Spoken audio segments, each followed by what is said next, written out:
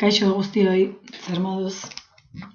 Bueno, ni banator gaur bideo honekin, pixkatxo bat azaldu nahi dizudalako arteren historiako arloa, bai?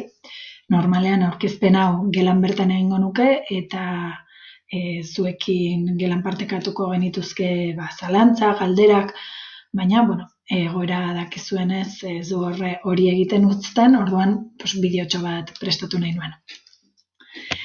Artearen historiako arloa guztiz berria da zuendako, gizarte zientzien barruan kokatzen den arloa da, baina hala ere normalenean behintzat ez duzue landu orain arte, bai? Gizarte zientzien barruan badakizuen bezala badaude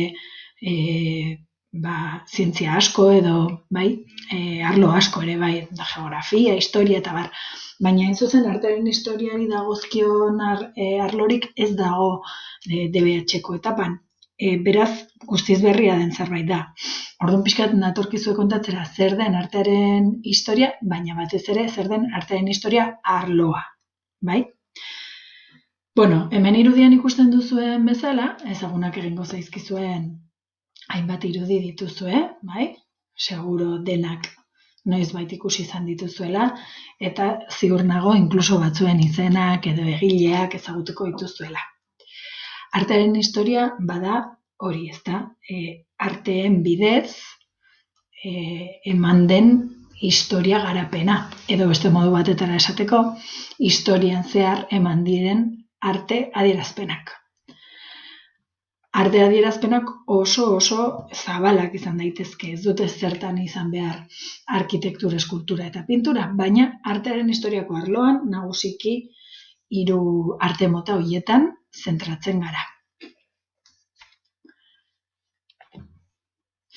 Eta zein da arloaren helburua? Nagusiki 3 helburu ditu, eta 3 helburu horiek elkar lotuta daude. Lehenengoa, historian zehar sortu diren arte lan eta arte estilo esanguratsuenak baloratzen ikastea. Bigarrena, ondare artistikoa ezagutu, disfrutatu, balorean jarri eta errespetatzen ikastea. Eta 3. Ikasturte amaierako frogarako prestatzea. Ikusten duzuen bezala lehenengo biak eskutik lotuta doaz, eta zerikusia daukate gehiago arteak daukan balorea apreziatzen ikasteko, ezta? Harremana daukate gehiago horrekin. Eta hemen ikusten duzuen bezala, zenbait adibide desberdin jarri dizkizuet, ezta? Arte garaikidea, antzineko artea, Goiaren kuadro baten zatia dugu hemen. Helburua da, nolabait zuek arlo honen bitartez ezagutzea hurbiletik arteak izan duen garrantzia, historian zehar, arteak jokatu duen rola eta artistek beraiek zeukaten asmoa, ezta? Eta hori ezagutzearen bitartez, nolabait ondare artistiko hori, nolabait disfrutatzeaz aparte baloratzen ikastea bada helburua. Baina 3. helburu honek aparteko zerbait esan nahi du, ezta? Eta da ikasturte amaierako frogarako prestatzea. Hori ere bada arloaren helburua. Izan gaitezen zintzoak, denok dakigu, zuentzat zein importantea izaten den, ahalik eta nota hoberena lortzea, ezta? Gero nahi dituzuen ikasketak egin ahal izateko. Hori ere helburuetako bat da noski. Dakizuen bezala, artearen historiako arloak badauka EBAU frogan azterketa bat edo adibide bat, bai? Orduan aukera izango zenukete horretara aurkezteko. Zein etapa edo zein garai artistiko jorratzen dira arlo honetan? Hasiko ginateke aro klasikotik. Zuzenean Greziara joko genuke lehenengo gaia hori delako, eta ondoren Erroma, antzinateko Grezia eta Erromako adibide arkitektoniko eta eskultorikoak ikasten ditugu, eta horien garrantzi historikoaz ere jabetzen joango gara. Ondoren, Erdi Aroko 2 estiloekin lantzen dugu, gotikoa eta erromanikoa diren estiloak ezagutuko dituzue pixkatxo bat, hemen adibidez irudian agertzen zaizuen argazki hau eskuinekoa, Iruñekoa da, Iruñeko katedralaren barruan, badago klaustro bat, ondoan, eta bertako irudia da. Aurten hain zuzen horretara bisita bat egin genuen ikasleekin. Aro modernoko bi estilo nagusiak berpizkundea eta barrokoa dira, eta hauek ere lantzen ditugu gure arloan. Seguru ezagunak zaizkizuen obra batzuk, esate baterako Gioconda, Mona Lisa, edo agian Berniniren Dafne eta Apolo ezagutzen duzue, horrelako artelanak ezagutzera hurbiltzen gara. Baita artistak, artisten asmoak, artisten bizitzak ezagutzera animatzen zaituztet. Eta azkenik, aro garaikidean, pixkat berezia den atal bat daukagu, lehenbizikoa Goya da, Goya artista baten izena da, ez da estilo bat. Eta pixkat aparte, edo nolabait, aparteko ikasgaia bezala lantzen dugu, Goya oso artista berezia izan zelako. Ondoren 19. eta 20. mendeko arteak ere lantzen dira. Eta nola lan egiten dugun gure klasean? Jakin dezazuen, hemen ez dut idatzi, ez dut aipatu, badago liburu bat erabiltzen duguna. Azkeneko 2 urteetan ikasleek erosi izan duten liburua da, eta horrekin jarraitzeko asmoa mantentzen dut. Oso liburu aproposa da, guztiz egokituta dago gure gaitegira, eta oso praktikoa da, oso erabilgarria. Nik gomendatzen dizuedana, da aurreko kurtsoko ikasleekin harremanetan jartzea, eta beraien gandik jasotzea, edo beraiei erosi, edo eskatu, edo, Bestela, zuendako etxean izan nahi du baldin baduzue liburuari, oso liburu aproposa da ere etxean izateko. Ez da bakarrik klaseko liburu bat, baizik eta konsultarako liburua ere izan daitekeela. Iruditzen zait. Eta orduan, ongi dago ere etxean gordetzeko. Esan nahi duana da, ez dela bakarrik bigarren batxiko arloaren liburua, baizik eta balioko zaizue beste gauzetarako. Orduan hori ja esan da, esango dizuet nagusiki lan egiten dugu gelako eskema eta laburpenekin, apunteen bitartez jasotzen dugun informazioarekin. Artelan nagusien irudiak behar dituzue ere ikasteko. Hemen jartzen du bilatu eta hauen inguruko informazio fitxak osatu. Nik normalean irudiak ematen dizkiet ikasleei, halako txosten batzuetan, eta gero beraiek, eta noski nire laguntzaz, klasean jasoteko informazioarekin, bete egiten dituzte informazio fitxa horiek irudiekin. Artelanak agertzen dira bertan, eta gero erakutsiko dizuet adibide bat.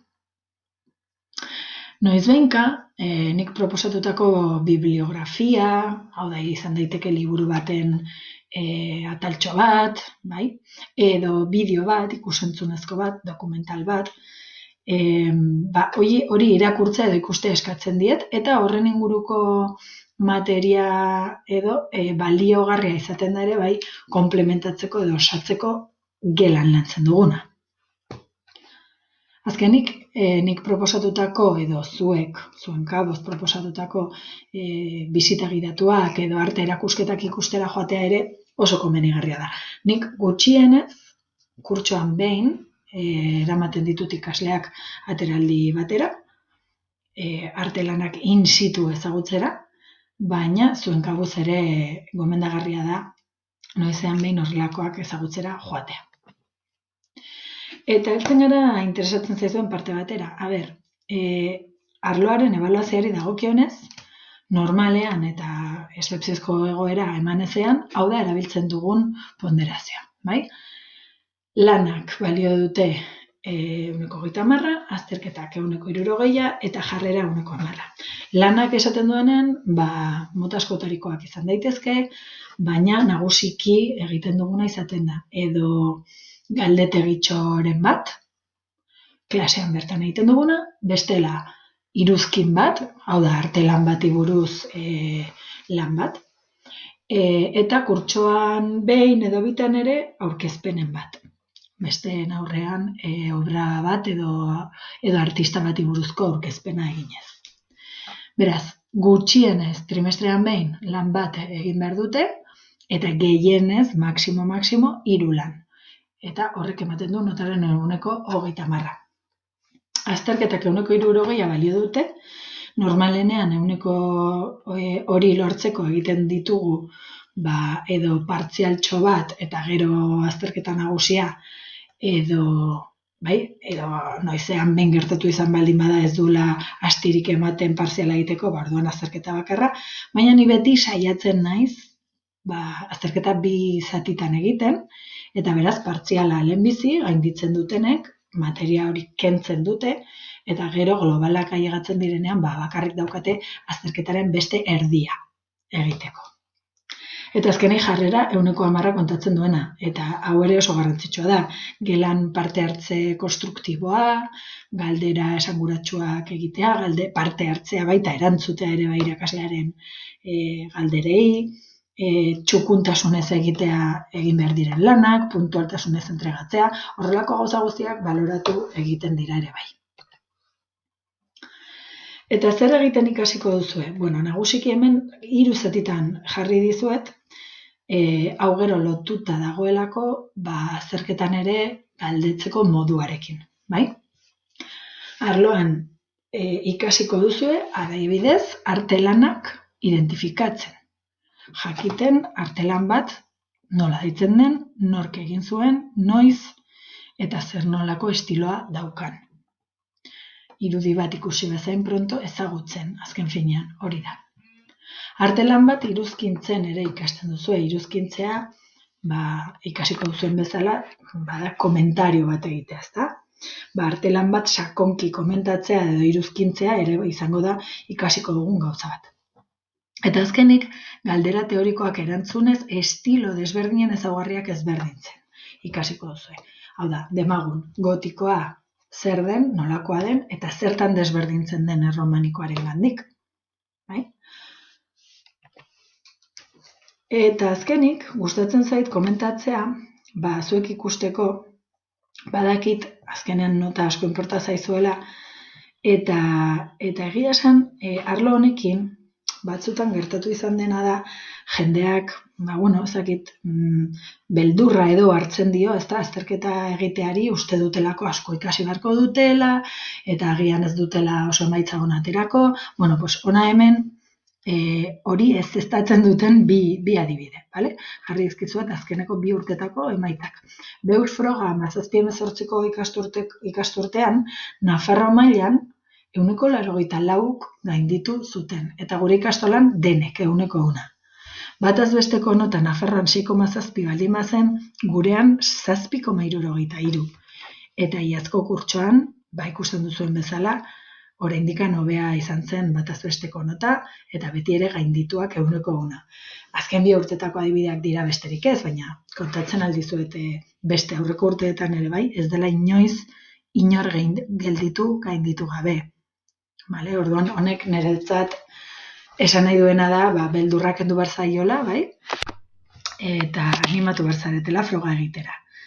Ikusten duzuen bezala, aurkezten diren gehienak gainditzen dute, eta gainera nahiko nota onarekin, gure kasuan behintzat beti oso nota onarekin. Eta, holaxe, besterik gabe erakutsi nahi nizuen, gelan erabiltzen ditugun materialen artean, adibide bat, ez da, lehen esan dizuet, artelanak identifikatzen ikasten dugula, artelanak identifikatzeko moduetako bat, izaten da horrelako fitxak egitea, nik ematen dizkiet ikaslei, eta gero gelan landutakoarekin betetzen dute, edo taldeka elkartzen dira, eta laguntzen diote elkarri hau egiten, horrelako galderak erantzuteko, zein obra da, ze garaikoa da, zein estilotan egina dago, nork egin zuen, eta ze ezaugarri ditu.